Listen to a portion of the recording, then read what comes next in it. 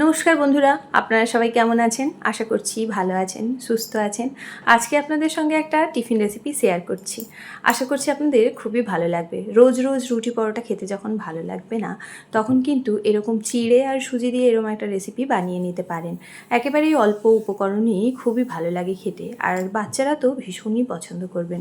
দেখবেন স্কুলের tiffin box একেবারেই খালি করে ওরা বাড়ি ফিরছে। টিফিনটা বানানোর জন্য প্রথমেই দেখুন গ্যাসের মধ্যে একটা কড়াই বসিয়ে কড়াইটা বেশ ভালো করে গরম করে নিয়েছি। তারপরেই দিয়ে দিলাম খানিকটা পরিমাণ সাদা তেল।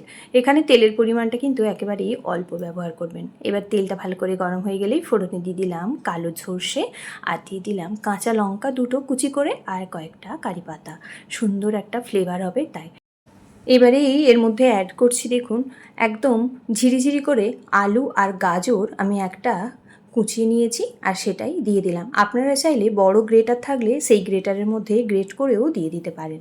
দিয়েই দেখুন এবার ভালো করে এই গাজর আর আলু আর পেঁয়াজটা যত সময় না সফট হয়ে যাচ্ছে সেই পর্যন্ত কিন্তু রান্নাটা করে নিতে হবে। খুব বেশি উপকরণও লাগে না। সন্ধেবেলা স্ন্যাক্স হিসেবে কিংবা সকালবেলা ব্রেকফাস্টে কিন্তু এই টিফিনটা রাখতে পারেন, ভীষণই ভালো হয় খেতে। দেখুন সুন্দরভাবে আলু আর গাজরটা সফট হয়ে গেছে। এবারে এই ভালো করে দেখুন মিশিয়ে নিচ্ছি। তারপরে এর মধ্যে কিন্তু এবার টেস্টের জন্য দিয়ে দিতে হবে লবণ। আর এইভাবে টিফিন রেসিপিটা একবার বানিয়ে দেখুন, ছোট বড় সবারই দেখবেন ভীষণ পছন্দ করছে। এবারেই টেস্টের জন্য দিয়ে দিলাম লবণ, আর দিয়ে দিচ্ছি অল্প একটু জিরের গুঁড়ো।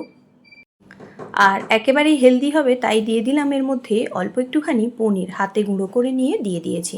এবার 2 থেকে 3 মিনিট রান্নাটা করে নেব, যাতে করে পনির থেকে যে জলটা বেরোয় সেই জলটা যাতে করে একেবারেই শুকনো হয়ে যায়। সেই পর্যন্ত এই পনির আলু আর গাজরটা খানিকক্ষণ রান্না করে নিতে হবে। এবার কালারটা একটু ভালো হবে তার জন্য অল্প একটুখানি হলুদের গুঁড়ো ব্যবহার করলাম। আপনারা চাইলে এটা স্কিপ করতেও পারেন, কোনো সমস্যা নেই।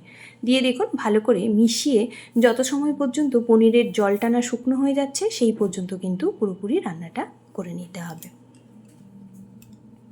দেখুন পুরোপুরি পনিরের জলটা শুকিয়ে গেছে, ঠিক এই রকমভাবেই রান্নাটা হয়ে গেল। এই টিফিনের স্টাফিংটা আমি প্রথমে এইভাবেই বানিয়ে নিলাম। এবার এটা ঠান্ডা করতে দেব। এদিকে একটা দেখুন বোল নিয়েছি, আর এই বোলের মধ্যেই দিয়ে দিচ্ছি খানিকটা পরিমাণ চিড়ে। চিড়েটা আমি এখানে ছোটো বাটির 1 বাটি পরিমাণ নিয়েছি। আপনাদের কাছে যেরকম চিড়ে থাকবে সেরকমই নিতে পারেন, পাতলা মোটা যেটা খুশি নিয়ে নিতে পারেন। প্রথমে এই চিড়েটাকে কিন্তু বেশ কয়েকবার জল দিয়ে ধুয়ে নিতে হবে, যাতে করে চিড়ের মধ্যে দেখবেন অনেক সময় ধান থাকে, সেই ধানের গুঁড়োগুলো একেবারে বেরিয়ে যায়।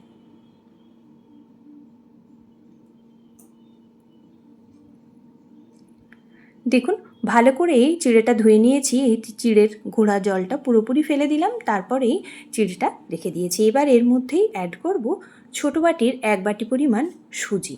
এই সুজিটা দেওয়ার কারণে কিন্তু বাইন্ডিংটা ভীষণই সুন্দর হবে, তাই দিয়ে দিলাম।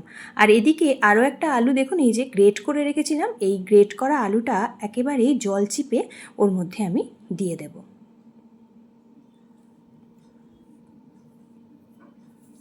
দেখুন দিয়ে দিলাম এর মধ্যে পুরো আলুটা, আর এই আলুটা দিয়ে এখানে টেস্ট ব্যালেন্সের জন্য দিয়ে দিলাম লবণ, আর একটুখানি দেব চিনি। এই টিফিনে কিন্তু একটু চিনি দিলে খেতে বেশ ভালোই লাগে, তাই একটু মিষ্টি মিষ্টি হবে, তাই অল্প একটুখানি চিনি দিলাম। কালারটা সুন্দর হবে তার জন্য অল্প একটু হলুদের গুঁড়ো দিলাম, আর দিয়ে দিলাম গোলমরিচের গুঁড়ো অল্প একটু। দিয়েই বেশ ভালো করে হাত দিয়ে কিন্তু সব কিছু সুন্দরভাবে মেখে নিতে হবে, যাতে করে চিড়ে আলু আর সুজিটা খুব সুন্দরভাবেই মাখা হয়ে যায়। আর এটা মেখে নিয়ে কিন্তু 10 থেকে 15 মিনিট রেস্টে রাখতে হবে। তার কারণ সুজির মধ্যেও জলটা টানবে আর চিড়েটাও বেশ ভালো করে ভিজে যাবে, তাই।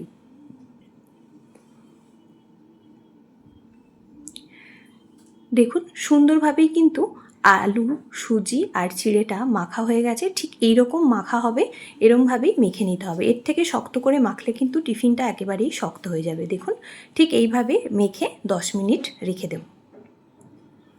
তারপরেই দেখুন এদিকে একটা ছোট্ট পাত্র নিয়েছি, এর মধ্যে খানিকটা তেল আমি দেখুন স্প্রে করে দিলাম, যাতে করে যখন টিফিনটা বানাবো এর মধ্যে না লেগে যায়।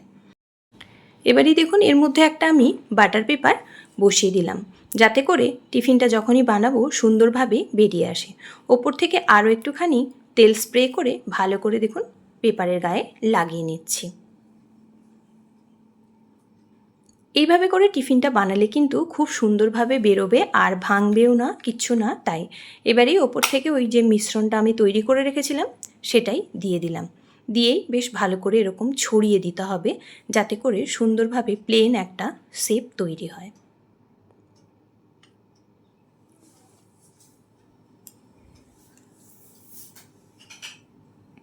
দেখুন সুন্দরভাবে কিন্তু এরকমভাবে দেখুন আমি ভালো করে প্লেন করে সব মিশ্রণটা ছড়িয়ে দিলাম।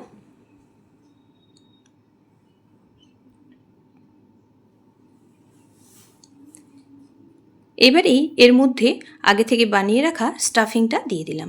স্টাফিংটা পুরোটা দেব না, এখানে আমি কিন্তু 3 ভাগের 1 ভাগ স্টাফিং দিলাম, 2 ভাগটা রেখে দিয়েছি। ওটা পরে কখনো টিফিন বানালেও কিন্তু আপনারা ব্যবহার করে নিতে পারেন।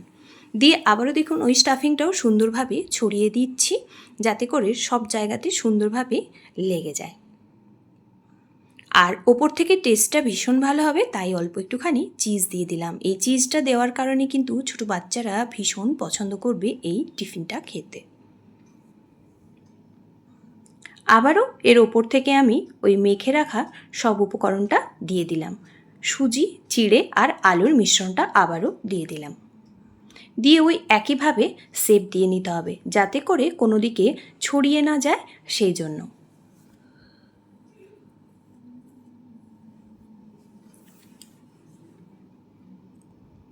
রোজ রোজ বাচ্চারা লুচি পরোটা খেতে চায় না, সেই জন্যই একটু এরকম চেঞ্জ করে টিফিন দিলে কিন্তু দেখবেন বাচ্চারা খুবই পছন্দ করছে।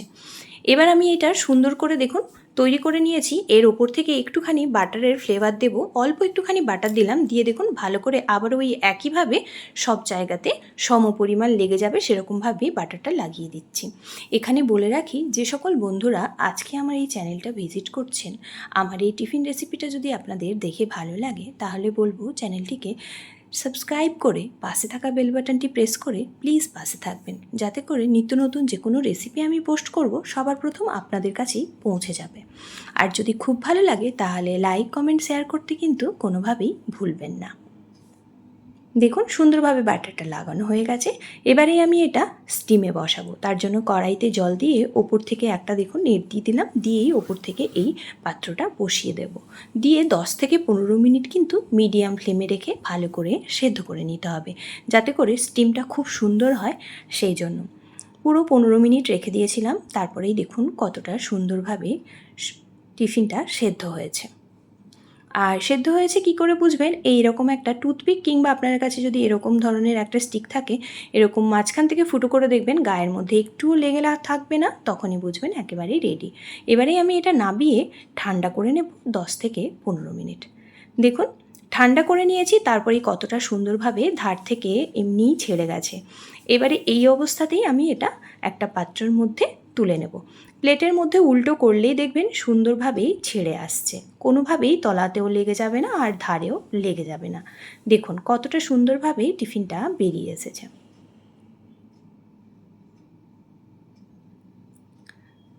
কতটা সুন্দর হয়েছে দেখেছেন, যে ভাঙেওনি, চড়েওনি, অথচ কতটা সুন্দরভাবে শেপ তৈরি হয়ে গেছে। আর এইভাবেই একটু ভালো করে ঠান্ডা হয়ে গেলে তারপরেই একটু উল্টে পাল্টে এই যে বাটার দেওয়া আছে সেটা একটুখানি ভেজে নিতে হবে, তাহলে কিন্তু ফ্লেভারটা আরও সুন্দর পাবেন। তাই ফ্লেভারটা একটু ভালো করার জন্য আর একটুখানি এই প্যানের মধ্যে তেল স্প্রে করে দিয়ে তারপরেই আমি এই টিফিনটা এর মধ্যে দিয়ে দেব। 2 থেকে 3 মিনিট এপিট ওপিট করে ভেজে নিতে হবে, তাহলে দেখবেন কালারটাও যেমনি সুন্দর আসবে আর ফ্লেভারটাও বেশ ভালো লাগবে। আপনারা চাইলে এইভাবেও খেয়ে নিতে পারেন, কিন্তু একটু ভেজে নিলে কিন্তু বেশ ভালো লাগে। দেখুন 2 মিনিট মতো একটা দিক দিয়ে আবারও এই দিকটা এরকম একই রকমভাবে দেখুন লালচে লালচে ধরেছে, উল্টে দিলাম, আবারও ওই দিকটাও ঠিক একই রকমভাবে ভেজে তুলে নেব।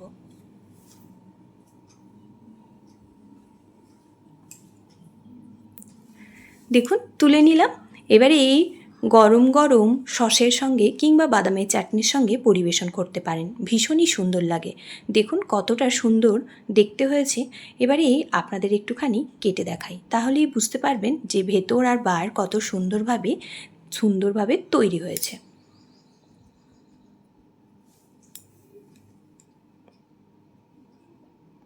দেখুন কতটা সুন্দরভাবে কেটে গেল। এবার কেটেই তুলে দেখাচ্ছি, ভেতরটা যেমনি সফট আর বাইরেটা হয়েছে ক্রিস্পি। এরকম টিফিন খেতে কিন্তু বেশ ভালো লাগে। আর টিফিন বলতে পারেন কিংবা নাস্তা বলতে পারেন, যা খুশি বলতে পারেন, তবে খেতে সত্যিই দুর্দান্ত হয়েছিল। অবশ্যই বাড়িতে একবার ট্রাই করুন। আর আপনাদের কেমন লাগলো কমেন্ট বক্সে জানাতে কিন্তু কোনোভাবেই ভুলবেন না। দেখুন ভেতরটা কতটা সুন্দর হয়েছে।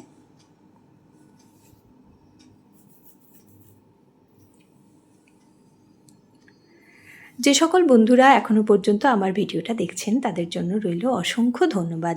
আর এতটা সময় আমার সঙ্গে থেকে আমার এই রেসিপিটা দেখলেন, তার জন্য আপনাদের অসংখ্য ধন্যবাদ। ভালো থাকবেন, সুস্থ থাকবেন। আপনাদের সঙ্গে আবারও পরের কোনো এরকম ঘরোয়া রেসিপিতে দেখা হয়ে যাবে। আর এই রেসিপিটা যদি আমার ভালো লাগে তাহলে কমেন্ট বক্সে অবশ্যই কমেন্ট করে জানাবেন যে আপনাদের ঠিক কেমন লাগলো। আবারও দেখা হবে আপনাদের সঙ্গে পরের কোনো রেসিপিতে।